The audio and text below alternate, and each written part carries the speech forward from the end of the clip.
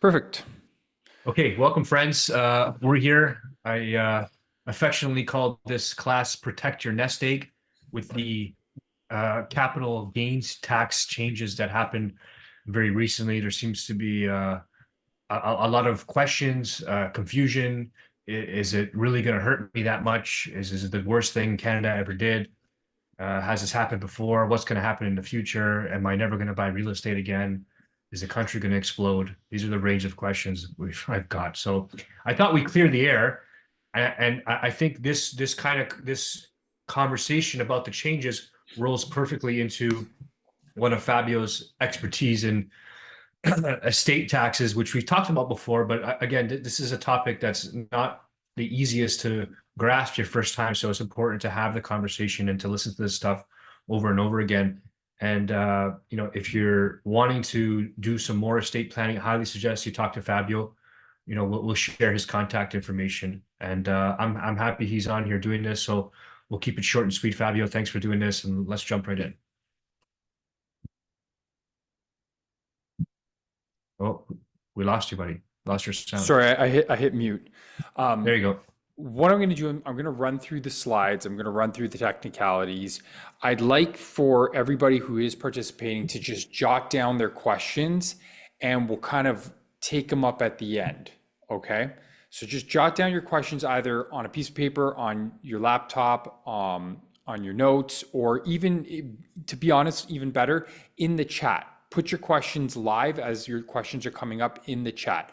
I'll cover them at the end, so that we get through the material, because I know some people, you got to put the kids to bed, the spouse is going to like break them, whatever. So I want to get through the material first. All right. And to answer the question or the concern that Paul had about the country exploding, I don't know, it might explode, but I'm not an expert on that. But I can tell you that these new taxes are a little bit strange. Okay, so here we go. Protect your nest egg. What are we going to talk about? Let me just see here. Sorry. Okay, so this is our agenda. Okay. We are basically going to focus on the recent tax changes, or the recent changes to the capital gains tax in Canada, and how they will impact you as an investor or estate planner, right? Someone who's planning your estate.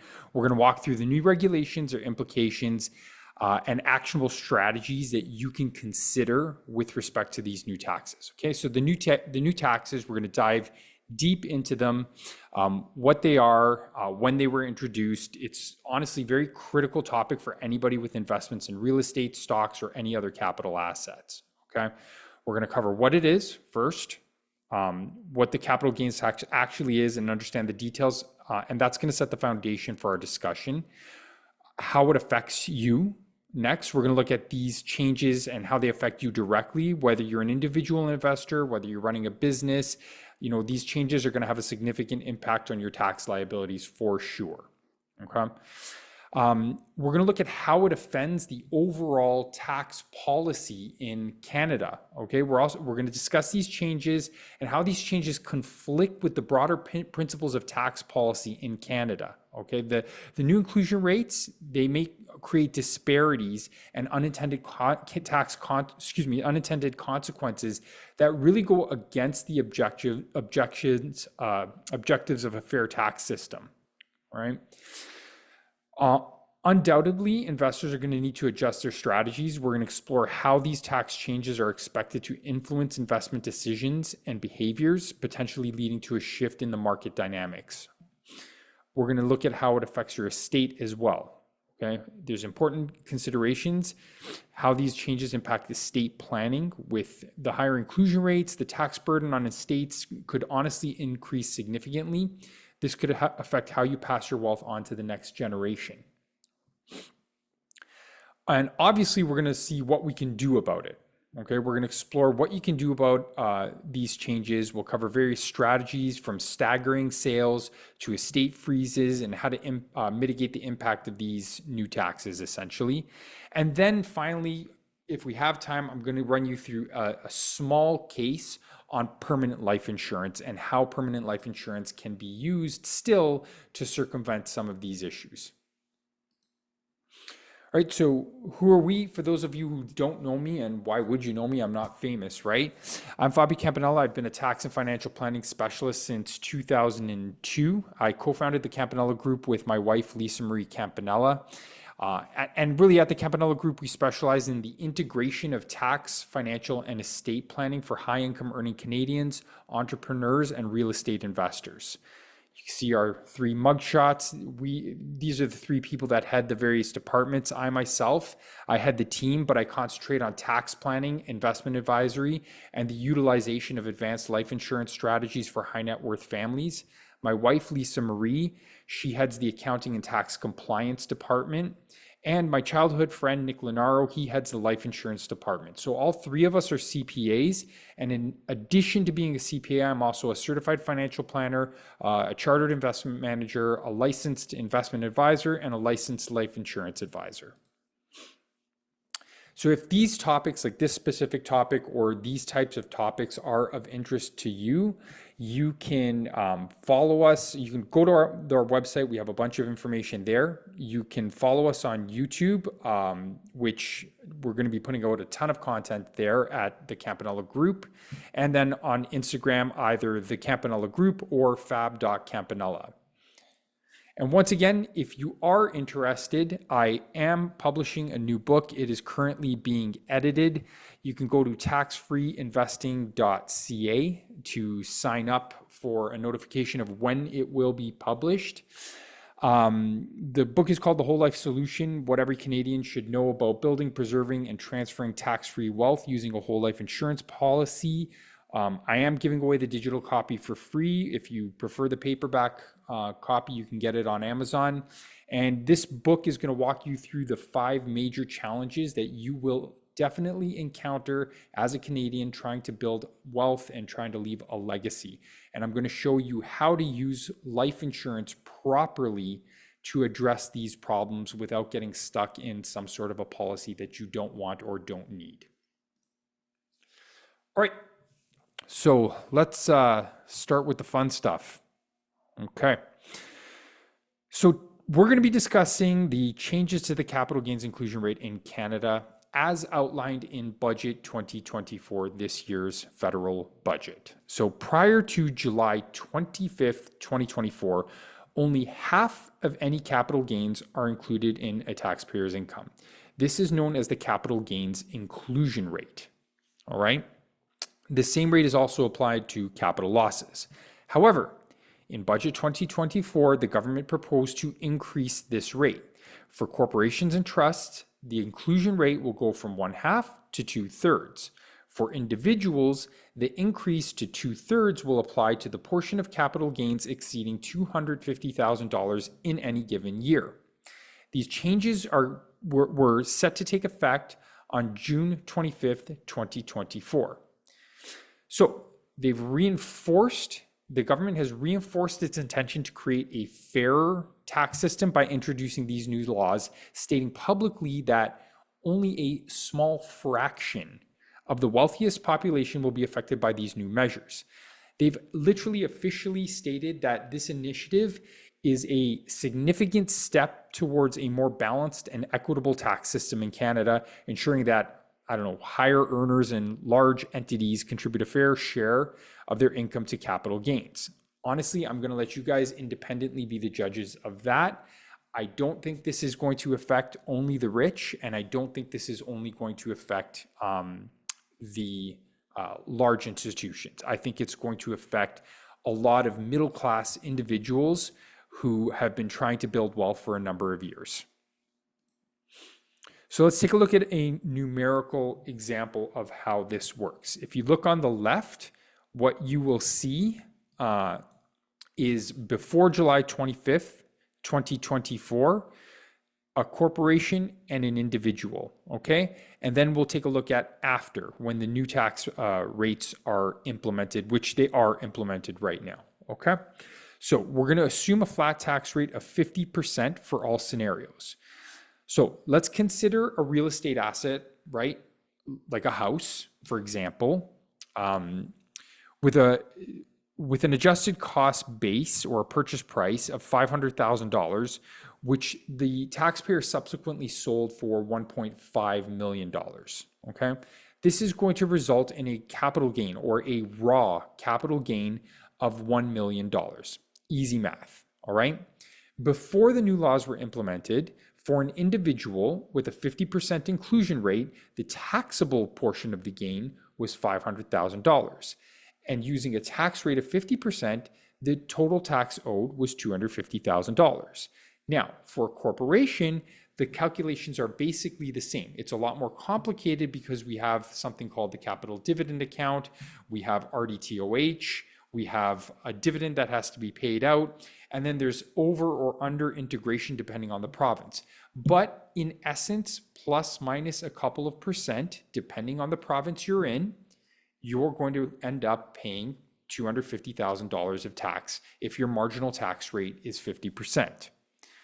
So after the new laws are implemented, okay, for individuals, the first $250,000 of capital gains retains the 50% inclusion rate, but the remaining $750,000, did I do my math wrong? No, it's the remaining $500,000 will have an inclusion rate of 66.2 I think I did yeah. So it gives us a total taxable capital gain of $625,000, taxed at 50%, $312,000. Now, a corporation doesn't get that break on the first $250,000. It's going to get a total inclusion for the entire thing, right? So the total inclusion is going to be $666,000. So an individual is going to pay $312,500 in tax, and a corporation is going to pay $333,000 in tax. All right. So what you can see that has happened here is we've lost integration. Well, not only have we lost integration, we're paying more tax on these gains that exceed $250,000, but we've also lost integration. All right. So the government has deviated from the integration principle here, which previously designed tax legislation to essentially smooth out the tax rate between private corporations and their individual owners, thereby allowing Canadians to make business-focused decisions with respect to the holding of investments in rental properties. So in my opinion, this is a really sneaky thing, and it flies in the face of like literally decades of prudent tax planning. So prior to this year, most tax planners, most accountants were confident that the integration principle was just a given with this government or with any government in Canada. And it always has been, meaning that if you decided to put one of your properties into a corporation, either to get more financing because it's easier to get financing, whether it be to bring in multiple investors, or whether it's just to protect yourself from liability, you could rest assured that the tax rates would have been pretty much the same had you done it from a corporation, a trust, a partnership, or an individual. This is now unfortunately gone. And one of the problems with this, in my opinion, is that none of the old assets that are sitting in corporations are going to be grandfathered in. They are all these old properties that were bought with prudent tax planning concepts 20, 30 years ago are all going to be subject to this. So what are the overall implications? Okay, so the increase in the capital gains inclusion rate translates to higher tax burden for both individuals and corporations. Now, for real estate investors, this change is particularly impactful, all right, because it necessitates forward-looking tax planning and strategic decision-making. So without proper planning, the increased tax liability could easily erode the profitability of real estate investments moving forward. But not just real estate investments. I don't want to pick on real estate, any capital asset moving forward. Bitcoin, cryptocurrencies, private company investments, public company investments, stocks, bonds, anything that you're buying that could potentially grow in value over time, and then you trigger a sale at some point. Okay? It's going to affect all of us. So, how does this affect your nest egg when you want to pass it on? All right. We're going to go in detail here. So, what happens at death? Okay. And I think this is sort of the small cancerous tumor in this whole plan. All right. Because this is where it's really going to affect a lot of people, especially the very old who are sitting on properties with a lot of properties with large gains. Okay. Okay, we're going to start by discussing the spousal rollover provisions in the Income Tax Act. When one spouse passes away, all right, any assets transferred to the surviving spouse are deemed to have been transferred at their adjusted cost base, or ACB. Okay, this means that there's no immediate tax liability. No immediate tax liability is triggered by these transfers. Essentially, the capital gain is deferred until the surviving spouse either sells the asset or passes away themselves, at which point the tax consequences are realized. So this provision has always been around, and I don't think they're going to get rid of it, but I don't know how this government works anymore. But the provision has always been around, allowing you to transfer at cost basis any asset from spouse to spouse when one of the spouses dies. In essence, this is an automatic election. You actually have to elect out of it on the final tax return. Okay. And it helps out a lot because sometimes you have not done proper estate planning and somebody dies suddenly. So what, you're going to get hit with a bunch of tax? Doesn't make any sense. Okay. However, on a vertical transfer, okay, transfers to anyone other than the surviving spouse, including the children, that results in a deemed disposition of all assets at their fair market value. This deemed disposition triggers immediate capital gains and tax liabilities based on the difference between the ACB and the fair market value.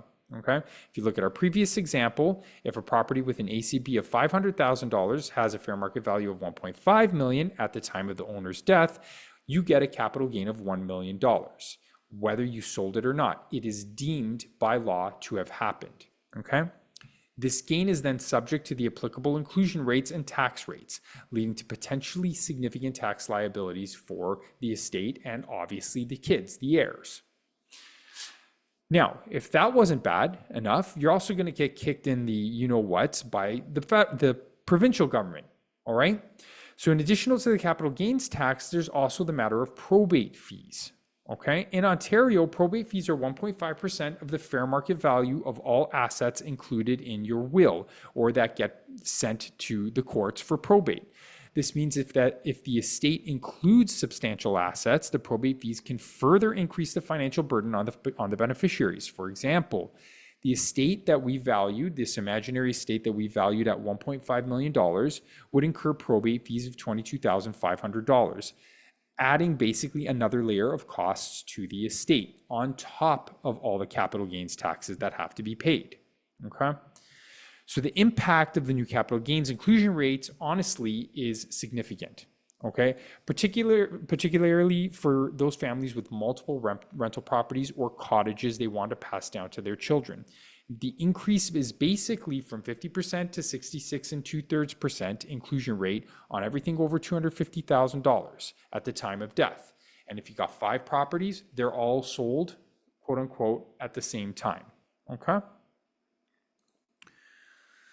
All right. So what can we do? Unfortunately, there are really no magic bullets here. All that's really changed is the inclusion rate. So all the old sort of tax planning that we used to do in the past, that is still legitimate.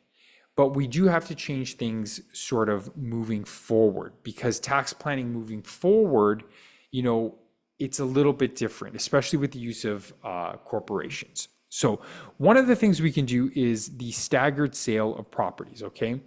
So it's honestly the strategy to stagger the sale of properties that you don't intend to pass down. So if there's a bunch of properties that you have, five, six, seven, eight, and in all honesty, I do a lot of written financial plans or fee-based financial plans for real estate investors. It's actually my most popular service for them. And I can tell you that I've got about 6 or 7 going on right now. And this staggered strategy is something that we are implementing for a lot of these people. Okay. What we do is we isolate the properties that you have, we isolate the ones that you don't want to pass down, and we isolate the ones that you want to pass down. And what we start doing is we start staggering the sale of those properties. Whereas before we didn't care, we're going to just put them all up for sale, right? Let's say the market was good. You put them all up for sale because from a tax perspective, you're not really saving anything if you stagger them. But with these new rates and with the first $250,000 inclusion incentive, what I think is going to happen is the staggering of sales, or at least the closings of properties, are going to get staggered over the years, right? So if you have 3 properties, sell one in December, one in January, and then wait till the next January to sell the next one. All right. That gives you 3 $250,000 50% inclusion rates, rather than selling them all in 1 year and you get only one.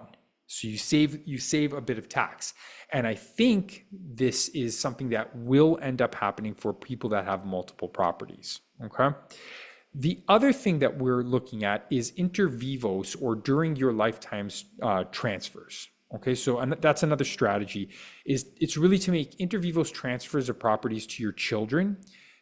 Because when you transfer assets during your lifetime rather than at death, you can really help manage and potentially reduce some of the capital gains, because the properties will continue to grow over time. All right. The other thing that this approach allows us to do, it allows us to have the time while you're alive and while the kids are working still, because they're not so old that they're ready to retire. It allows us to get the financing together, change title, talk to the kids, see who wants what property and whatnot. So it's a lot more inter vivos, or during your lifetime planning. Okay. Moving forward, it's also worth reevaluating the use of corporations versus limited partnerships. Okay. So while corporations might still be beneficial, particularly for active businesses with retained earnings, limited partnerships can offer a different structure that may be more tax efficient under the new laws. So limited partnerships, or LPs, they allow income to flow directly to the partners. It doesn't go through limited partnerships are not taxed. They just distribute their profits out. This could potentially lower your overall tax impact, because as I'm reading, and as the tax community is reading the legislation and the rule changes, a flow-through entity that flows capital gains out to you, well, the capital gain is treated as your capital gain, but you still get the benefit of limited liability with the LP structure. What's the downside? LPs are more complex, they're harder to set up, and they're harder to manage, and a lot of accountants don't know how to report them properly. Okay, so overall, they're a little bit more expensive than a standard corporation, especially here in Ontario. However, one thing that I've anecdotally noticed through our tax practice, through our accounting firm, is that partnerships we feel are audited far less than corporations and individuals, to be quite honest. I don't think that the CRA has a very good grasp on how to audit these things. I may be wrong, but in my, not that I do a lot of LPs, but it's only happened once that one of our LPs have been audited, and audits are running rampant with the CRA. Okay. Corporations with retained earnings. So for those with active businesses, corporations remain relevant. because you don't need to distribute the retained earnings to yourself personally. This means you can avoid paying personal tax on those earnings, which can be advantageous for reinvestment or future business needs. So if you're a realtor and you have a prec, if you're a lawyer and you have a professional corporation, if you run a store and you have a corporation and there's a bunch of money trapped inside that corporation, I still think it's relevant to buy a rental property within the corporate group, because you have to put a down payment, a couple $100,000 down on the property. Well, what do you got to do to make that down payment? You're going to have to take that out as a dividend, pay personal tax at 50%, then make the down payment. So I think from a time value of money perspective, when I'm doing the calculations, it's still relevant. And full disclosure, the next property I buy, it's going to be in a corporation. Why? Because I'm an incorporated professional and I have retained earnings in my corporation. Okay. So it's still relevant, in my opinion, if you have an active business and you have active business retained earnings. And then obviously there's estate freezes. Okay. So you may want to consider an estate freeze. So this involves freezing the value of your estate or your assets at their current level, with any future growth in value attributed to your beneficiaries, your kids, okay? This strategy can help lock in your tax liability at today's rates, providing more certainty, and potentially reducing actually future tax burdens, right? But it is important to note that under traditional strategies, estate freezes for personally held properties, they can be very expensive to implement, all right? There's a lot of legal fees, a lot of accounting fees, there's appraisal fees, and you're gonna get hit in Ontario. If we do a traditional estate freeze into a corporation, you're gonna get hit with land transfer tax, okay?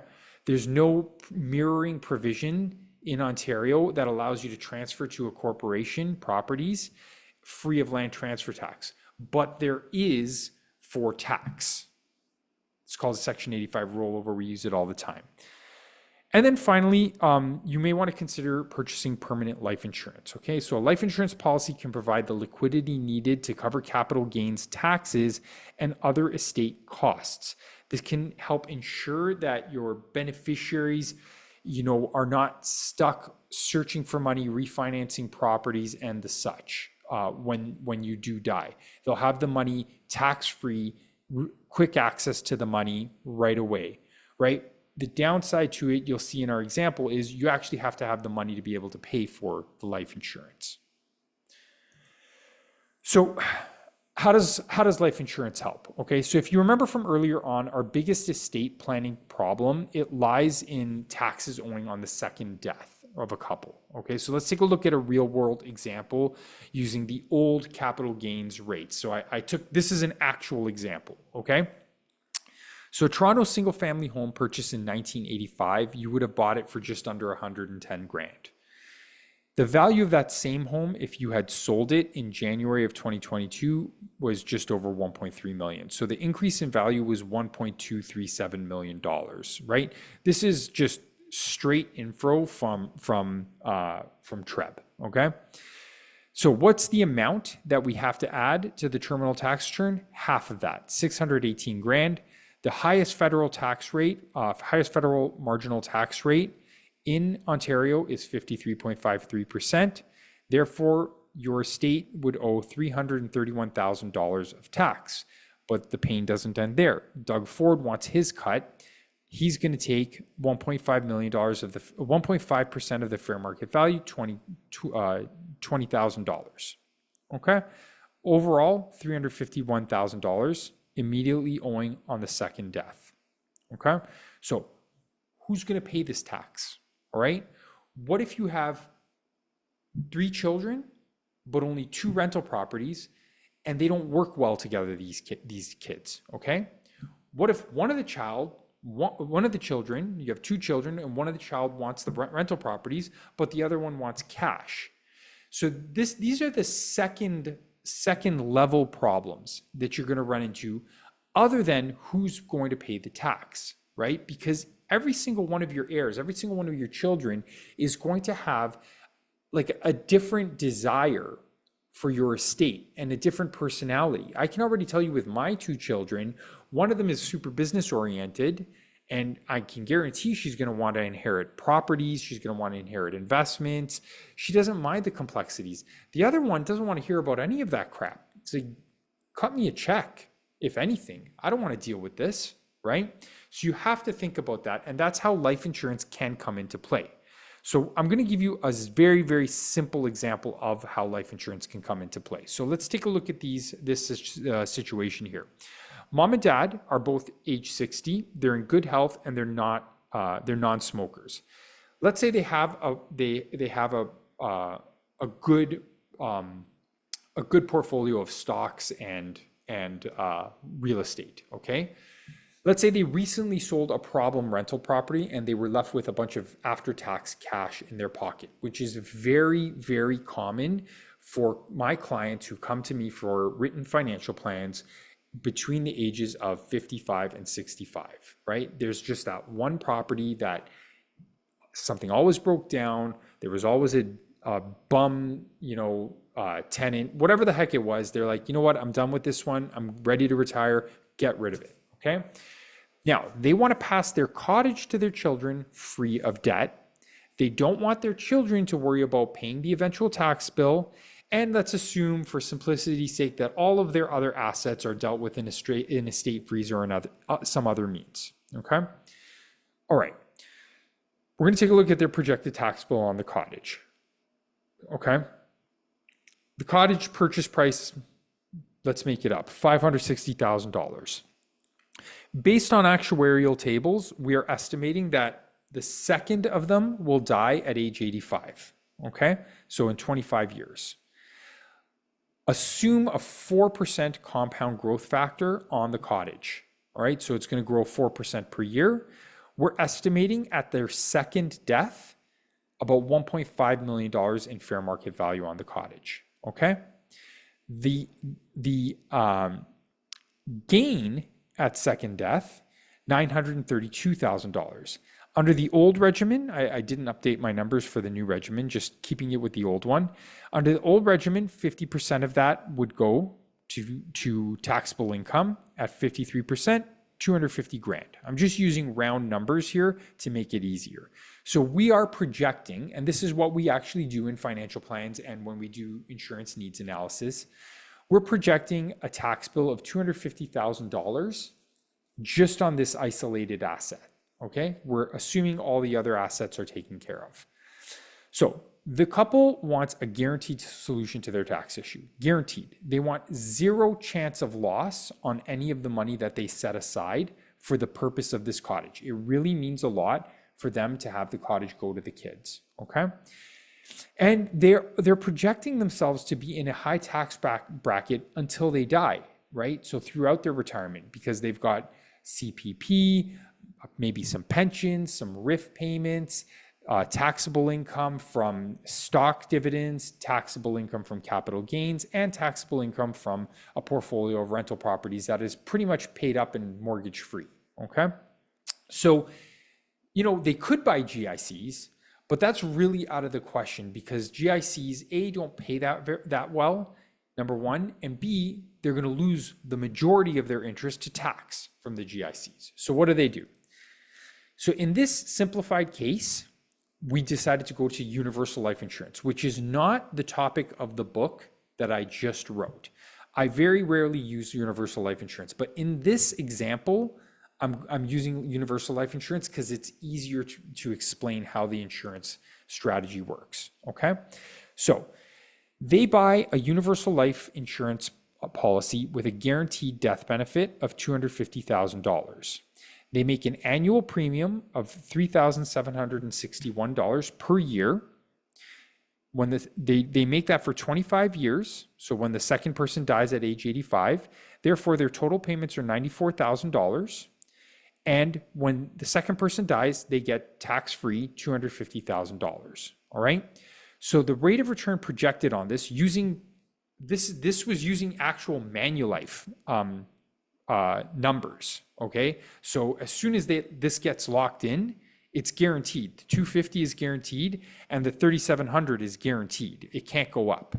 Okay. So using that, we're getting a rate of return of just over 7%, which doesn't sound that sexy, all right? But it's way better than a GIC. And I would need a magical GIC for this particular couple because their tax rate is so high. I would need a magical GIC that pays almost 16% interest. That's the taxable equivalent return.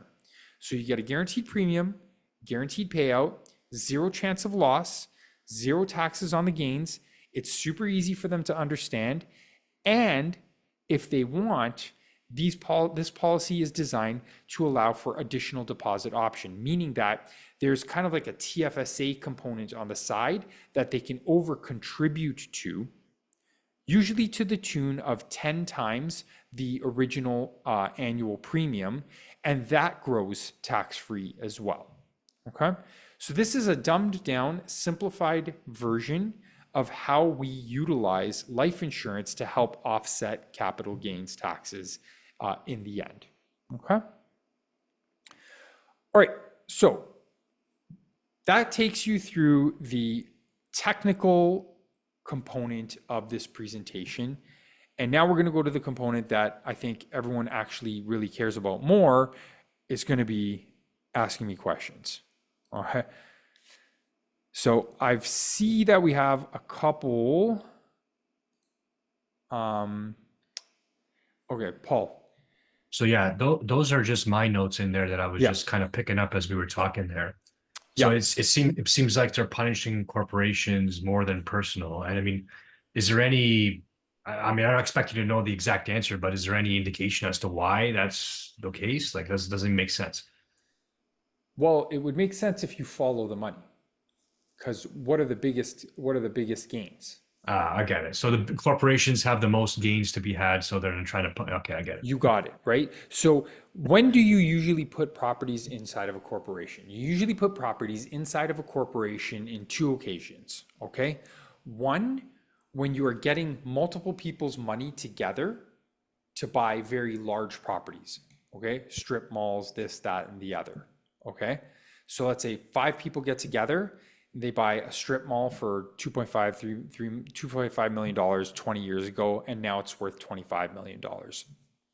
Pretty realistic numbers, okay?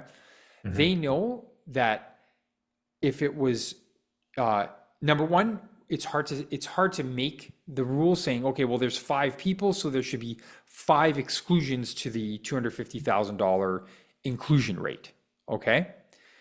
So that's impossible to write into the legislation. So there's that problem there.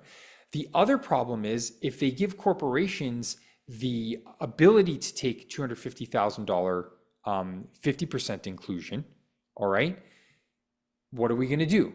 I'm going to walk around and say, okay, well, the easiest way to get around this rule is every property you own is going to go into its own shell corporation. And I can sell them all at the same time, and each company is going to get the 250. Yeah, they could write legislation that would circumvent that, but it would be impossible for them to catch that or audit it. Way too difficult. So they said, screw this, corporation, 250 is gone. That's their argument. I think that they know that there's big money inside the corporations, and they're like, screw these people. We're going to get the money out of them. Okay? So the second thing you said, are permanent life insurance premiums a tax write-off under a corporation? They can be, okay? And so actually, I don't mean to interrupt you. I was told no, because I asked this question because I have one, yeah, right? And I they was told, can be. okay. Yeah. So if you are simply using it as an investment vehicle, the answer is no. However, in my book, there's 4 case studies. The 4th case study is the most complex one, and it shows how an incorporated individual does a double dip. It's almost like the Smith maneuver, but more complicated and better. They dump their retained earnings into a corporate high cash value corporate life insurance policy, layer on a line of credit against it, make a guarantee, put a guarantee that the life insurance is pledged to the bank in first position to cover that loan. This allows them to write off the interest on the borrowed funds if they pay themselves a dividend, or if they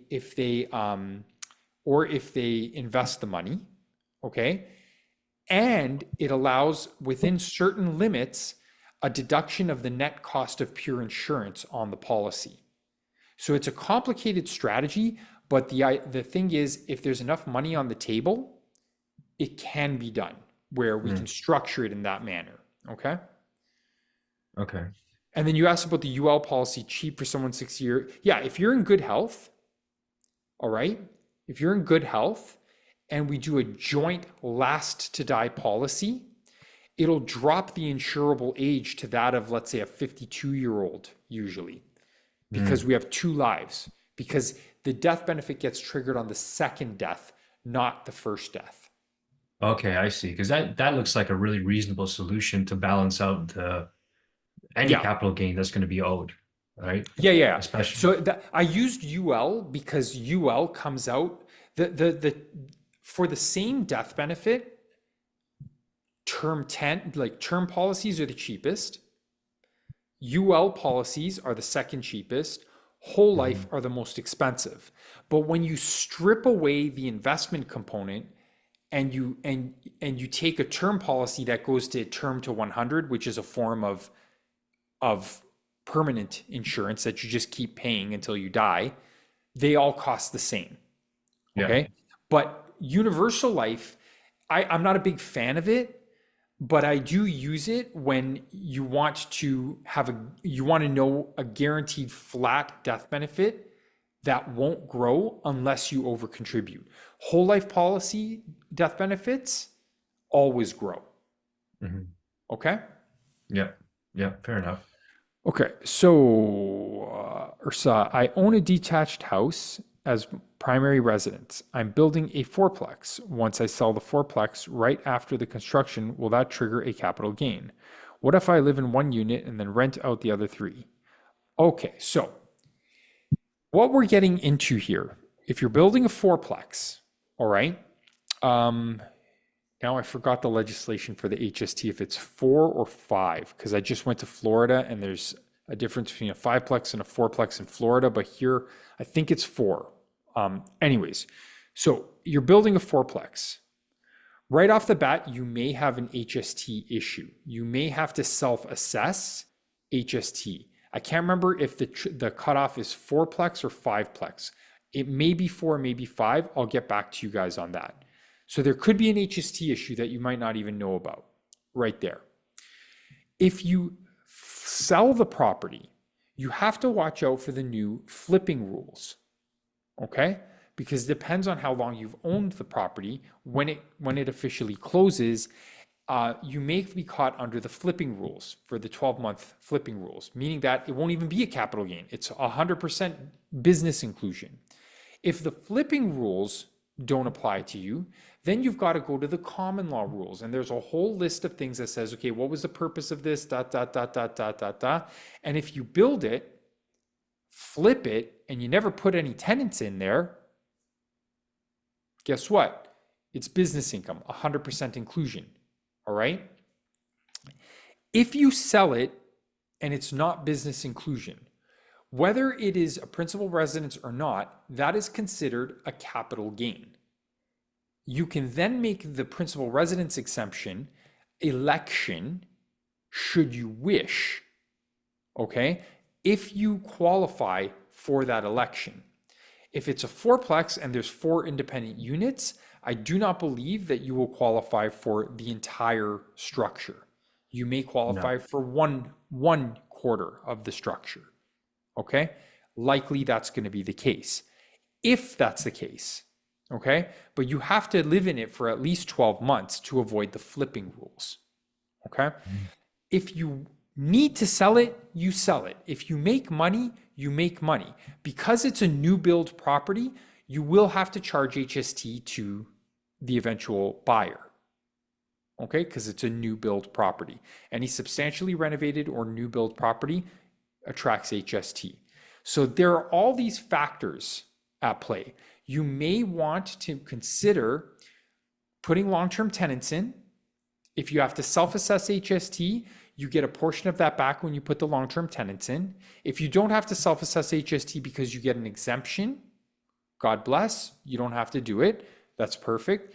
But you want to hold it for a period of time where you can justify capital gains treatment. Okay? You always want to get capital gains treatment. The new inclusion rate is still better than business income. Okay? I hope So that answered your question. I was just about to ask that, like, how is it under business income? If it's a corporation, wouldn't it be like, what's it, 12 or 15% or something like that? Yeah. So if it's inside of a corporation and it's business income, you're just a builder, right? So you're paying tax presumably at the small business deduction rate in Ontario, 12.2%. But that's just a tax deferral, right? Because when you distribute the money out to yourself, you're going to top yourself up to the normal tax rate. Yeah, that's right. Okay. Yeah. Okay. All right. Yeah. So from what I'm hearing, I mean, there isn't some magic bullet we can implement to negate these capital gain tax changes, but some of the best solutions long term are going to be the estate planning for sure, and then implementing some whole life or UL life insurance policies, whatever someone like you would recommend to Yeah. mitigate the tax burden at the end. Yeah. So it depends. If you don't want to pass the properties down, it's really a conversation with the kids, right? If you're young, you're in your 40s, your 50s, you're making good money, and there's money on the side, you may as well take advantage of getting a life insurance policy. Whether you can afford a very large one, medium-sized one, or even a relatively small one, you might as well get it because every day that goes by, the same death benefit costs you more because you just get one day closer to death, right? Mhm. But if you're at that point where you're asset rich but cash poor, sometimes life insurance is difficult to obtain because you simply can't afford it from a cash perspective. So whenever you're buying life insurance, permanent life insurance, that money is never lost. You're taking it from one pot and you're putting it into another pot. A portion of that goes to your cash account, the cash value account, and a portion gets tucked away for when you die. Okay? So if you care about what's happening at your death to the people that you're leaving behind, you're losing none of that money. In fact, you're making money at usually at about a rate of 5 to 7% per year is what the numbers work out to, free of tax, which based on your tax rate could be anywhere from 10 to 14% return on investment, which is pretty freaking good considering that these things are, you basically can't get anything more guaranteed than a life insurance policy in Canada in terms of rate of return. Okay. But if you are asset rich, like you have 15 properties, but no cash flow, this is where the problems start to occur. And that's when we have to take a serious look at your portfolio of properties and we start listing them really the old fashioned way. It's the same way that when I cut up people's regular RSP portfolios and whatnot, they bring me their asset list and I'm like, okay, let's list these assets out. You got this stock, this stock, this stock, and this stock. Would we buy those things right now? And then, people are like, oh, but I'm waiting for it to come back up. Or it's the same thing with real estate. Okay. You look at all your properties and you say, would I buy all of these properties right now? And if there's 2 or 3 of them where you're like, these things are trash, they're always net cash flow negative, crappy areas, this crappy condo that we think maybe in 5 years is going to have a special assessment, get rid of it. And we'll start staggering the sale of those over time, grab the money, either reinvest in some better quality properties and put into some sort of a life insurance policy because you're going to need it at the end anyways, because you're going to get hit, your estate's going to get killed Yeah. with tax. Yeah, we're already seeing that too. Like I won't mention names, but there's a couple people I see on this call right now who we've gone through that exercise of just generally assessing every single property and picking the 1 or 2 that are the least effective, but have a good amount of equity in there that we can reuse to do so many other different things Yeah. at a much more efficient rate. Yeah. And the other thing too, if you are sophisticated, right? I do have clients that they're sophisticated, they're good with debt, and even with the rates that they have now, it's much easier to borrow against a life insurance policy than it is to borrow against real estate. The underwriting, especially if you only want to go to 80% loan to value, the underwriting is nothing. It's a credit check, a soft pull on your credit. So it doesn't even show up as a credit check, and an application. That's it. Mhm. If you want to go to 90% loan to value, okay, then they're going to do some underwriting, right? They'll ask for your tax returns, this, that, and the other. But 80% loan to value, we use Duca. I pay them $250. My assistant does the application for the client in the background. We submit it. 2 weeks later, they get an open line of credit that they can draw on if they want. They don't have to draw on. There's no monthly fee. There's no annual fee. It's super easy, right? So if Now there is cash, that's on the cash value, not the payout value. yeah, but there's products now. If you have enough money to put into it, there's products that we can access now that are like on first payment are like 90% cash value. Like we're Mhm. working on a client, they're going to do $1 million into the policy over 10 years, and they're going to basically borrow back the entire value of their payment right away. So they're going to put 100 grand in, pull 100 grand out, Yeah. because the cash value is going to be that high, right? So there's specific products for specific purposes, right? And obviously that type of a product is going to have a lower death benefit to compensate for the fact that more cash value. Yeah. Yeah. Yeah. Yeah. It's interesting. Yeah. Just for the people on the call, like I have three policies.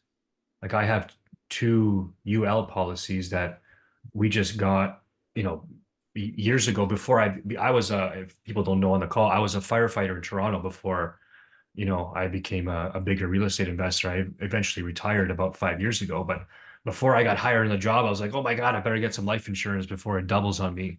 So that we just did that. And then, when I started using a corporation for our sales business, we have the cash value life policy, which I'm not going to explain here in there, and it makes sense. It does make sense. So if Fabio, you didn't put it in there, but how do people contact you if they want to talk about this a lot more and have more personal questions?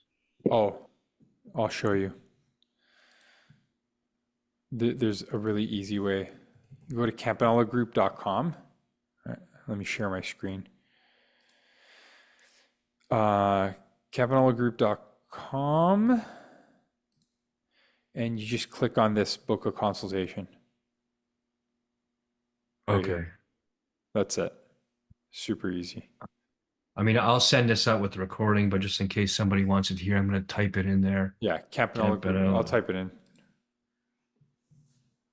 Yeah, Maybe Campanella let's Group. let's I have finish these there's a couple last. other questions here. Yeah, we Yeah. can finish these up. We might as well, right? Yeah. We have some properties held personally and others in E Corp. If I set up a charity that I control, is there a strategy to transfer some of these properties with large gains to charity as planning consideration? That's a super advanced question. So there are some charitable gifting strategies. These are not things that are super popular among my clientele. I think in the situation that you are explaining here, Ken, there may be a deemed disposition of the property, which would trigger tax, but then you would get a very large, what do you call it? Charitable receipt for that. And I think it would be tax neutral. I'm doing the numbers in my head. But when you say you have a charity that you control, you can't use that asset then personally for anything. Like it has to, in order to register a charity, you have to convince the government that this is a charity and that your purpose will be met. And they do look at charities very, very closely because people try to do that kind of stuff. Okay. Manny, if you want to stagger the sale of your properties after second death, is the planning done while you are alive and left in writing? You decide while you are alive with your family. Ideally, yes. That is what you want to do. Ideally, you want to do all your planning while you're alive and in good mental capacity, not when you have Alzheimer's disease or you can't do any planning after you're dead. Okay, post-mortem planning is very difficult. You want to plan. The earlier you plan, the better. So I always tell people, I've said it on Tom's and Nick's podcast a number of times. They've asked me, when should I consider estate planning? When should I start estate planning? Right now. Yeah, well, it's as soon as you care about what happens to your stuff when you die. That's when you start estate planning. And it's an ongoing process.